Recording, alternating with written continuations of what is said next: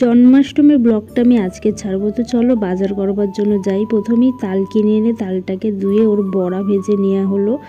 বড়াটাকে ভাজবার পরে সবজি টবজিগুলো আমরা কেটে নিলাম। সবজি সমস্ত কিছু কেটে নিয়ে ওগুলোকে ভাজার পরে এদিকে দেখো ঘি দিয়ে আমাদের খিচুড়ি হবে, পায়েস হবে, সমস্ত কিছু রেডি করা। এবার ওগুলোকে রান্না করার বাকি। আর এদিকে আমাদের লুচি ভাজবার জন্য ঘিও গরম হয়ে গেছে, তারপরে পায়েসও হয়ে গেছে।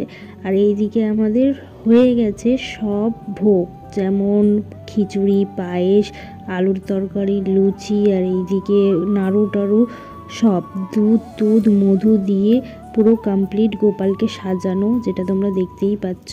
আর রাধা অষ্টমীর দিনই, মানে রাধা অষ্টমীর আগের দিন আমি এই ব্লগটা ছাড়ছি, যেহেতু আমি টাইম পাইনি। আর জন্মাষ্টমীর সময় আমাদের বাড়িতে ব্রাহ্মণ দিয়েই পুজো হয়েছিল। তো ব্লগটা কেমন লাগলো জানিও, ভালো লাগলে like, comment, share and subscribe. Tata, bye bye.